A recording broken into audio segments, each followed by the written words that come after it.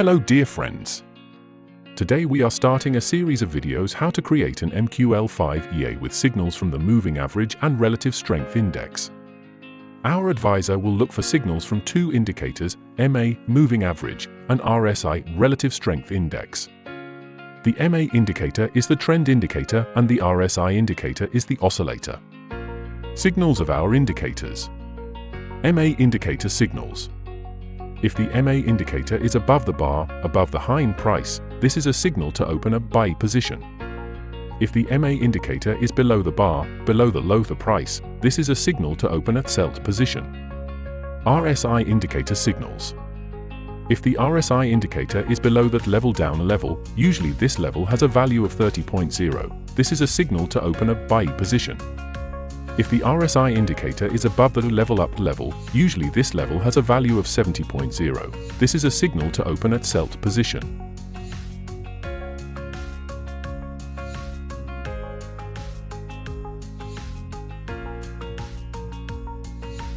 Launch the MetaEditor editor. When you have several terminals, this is the most optimal way.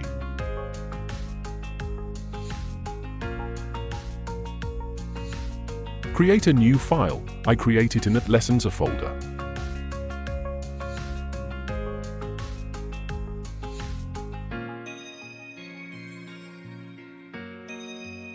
I do not advise using spaces in the name. It is better to use one word or an underscore.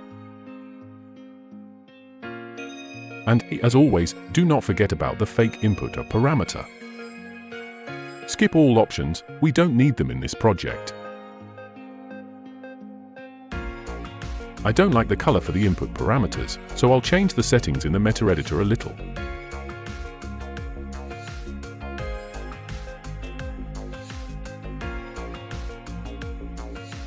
Adding indicators to the advisor. I suggest using MA with a period of 120 and RSI with a period of 5.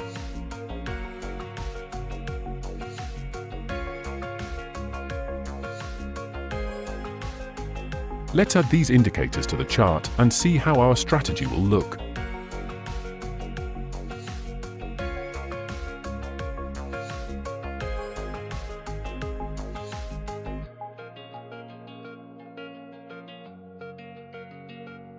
I immediately change the color and thickness of the lines.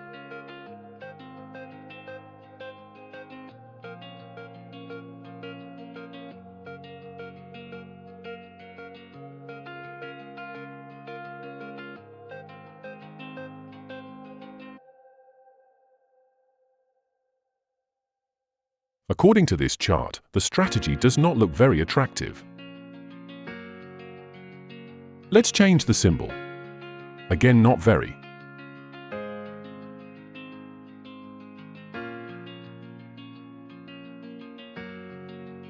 But here the chart does not look bad.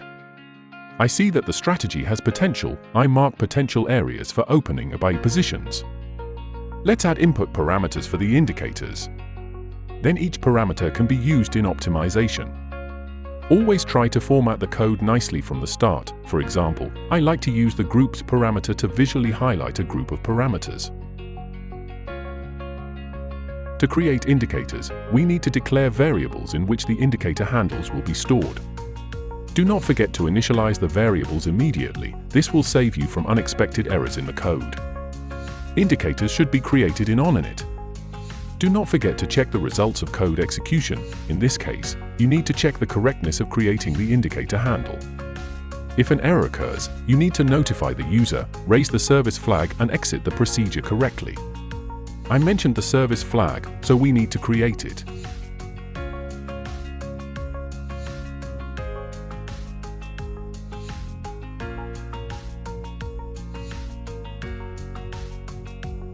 Now we can compile the code. At this stage, compilation should pass without errors. Getting data from indicators. I often use a universal method. I copy the values of the indicators from the three right bars. The rightmost bar is bar 0. In this way, I copy the values of the indicators on bars 0, 1, and 2. This is enough for 80% of trading systems. iGetArray function. The iGetArray function is designed to retrieve data from the indicator.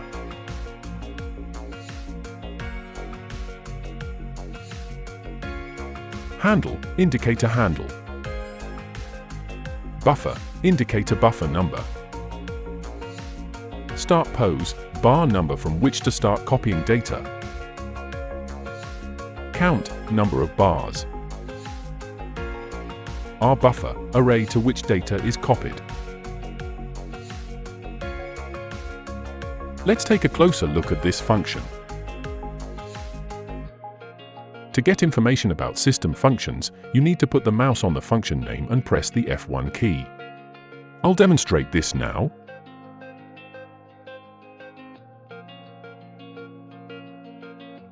Always use the built-in documentation.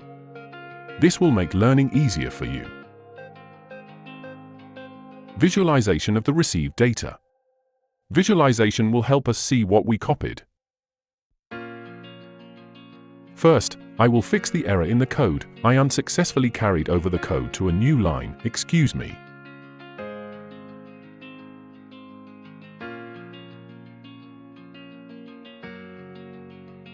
Compiling.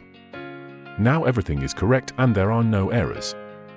Let's prepare two dynamic arrays.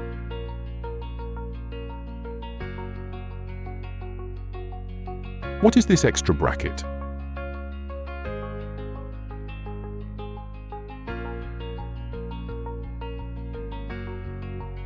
And again. Yes, I need to go to the settings and turn off unnecessary automation. I turned it off. Checking.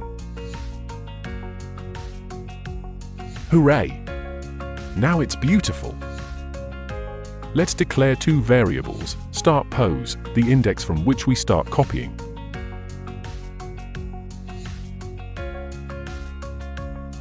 It is equal to 0, and to count how many bars we will copy, it is equal to 3. Calling the iGetArray function. The function has the type bool, so we check the result of its operation. If the result is false, it is an error and we exit the procedure, execute the returner command.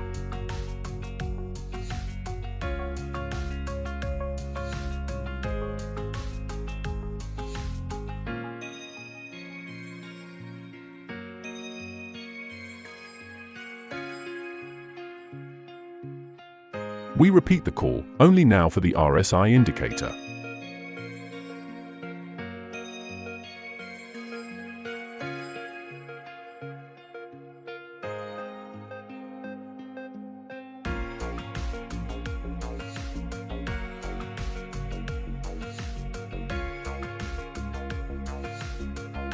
Let's try to compile. So far everything is fine.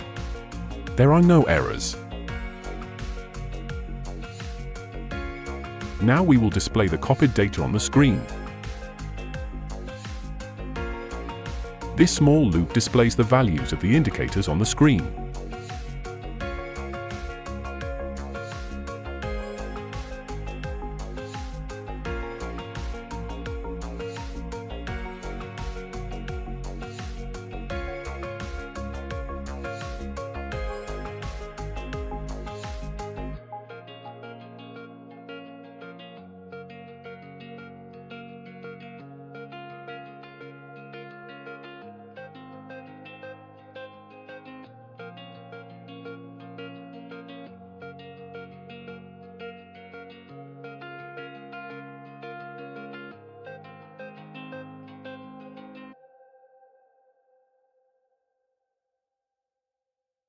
In this loop, we do the conversion from integer to string and from double to string.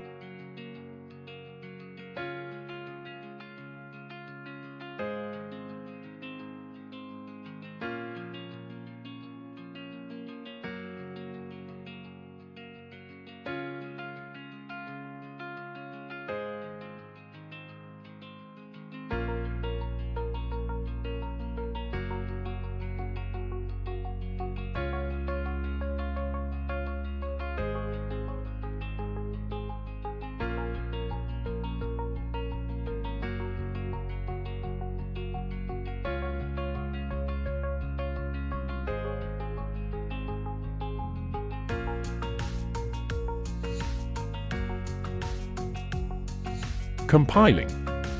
Oops. Houston, we have a problem. Let's fix it now. I forgot to specify the index in the array.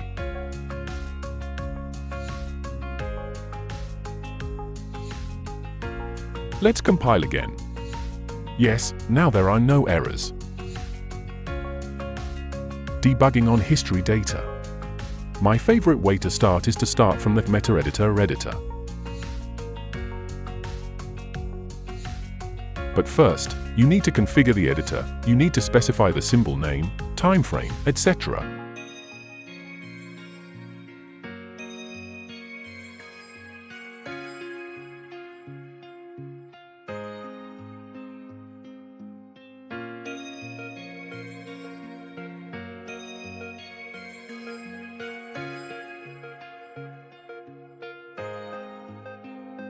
Sometimes you can check which symbols are currently in this Market Watcher window and then return to the settings again.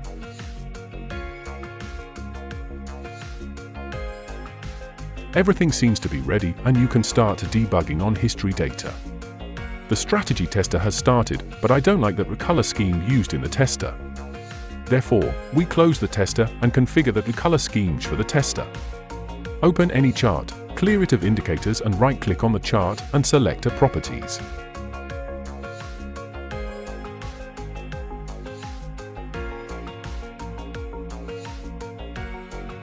Change the color scheme. I choose black on white. Now you need to save the template.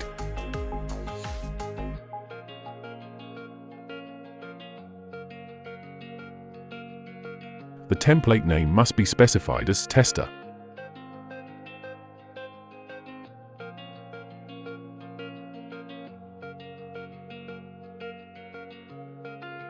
We return to the MetaEditor editor again and run a debugging on history data. Now the tester opens with a white chart. Beautiful! I put the mouse on bar 0 and compare the values of the indicators on bar 0. I see it in the Market Watched window, and the copied data, we displayed it on the chart. That's why we needed visualization. We see that we copied the data backwards. We need to fix this. We close the tester and return to the MetaEditor editor.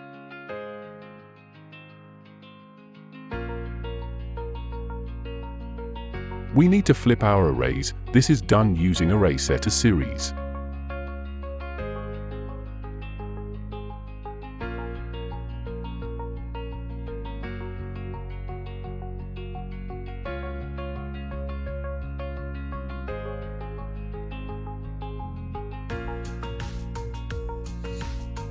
This needs to be done for 2 arrays. We compile again and run a debugging on history data.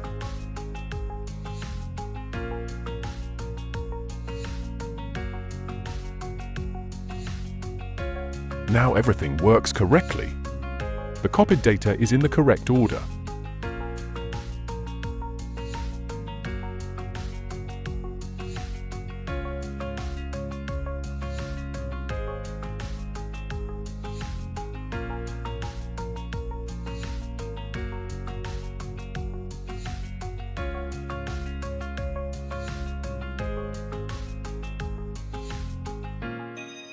Connecting the trading classes.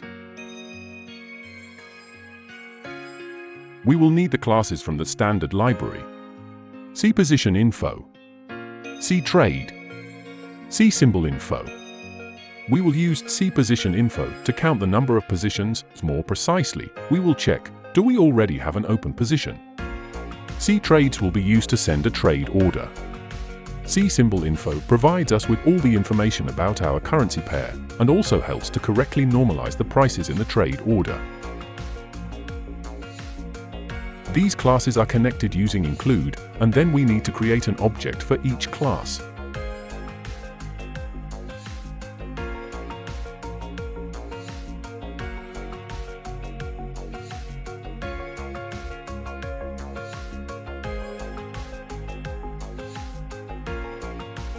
We also need to enter the input parameter magic number. This way we will be able to distinguish positions that were opened by our advisor. For correct work with the trading classes see symbol info and see trade, we need to initialize and configure. First, we will set the symbol name. Now we will configure the object of the trading class.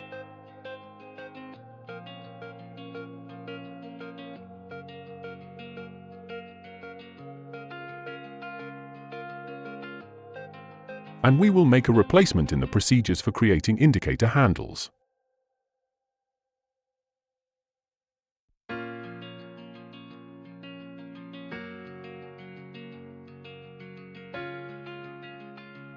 After making changes, don't forget to comb the code and compile.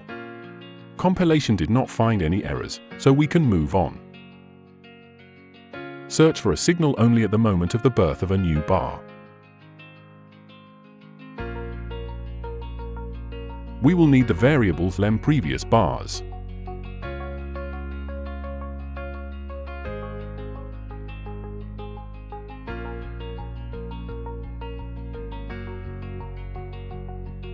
Do not forget to initialize the variable in OnInit.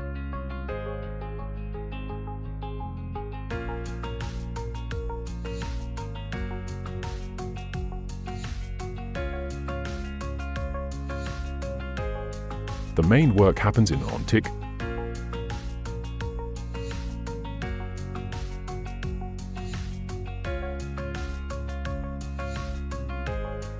We take the time of the creation of the current bar and compare it with the variable m previous bars.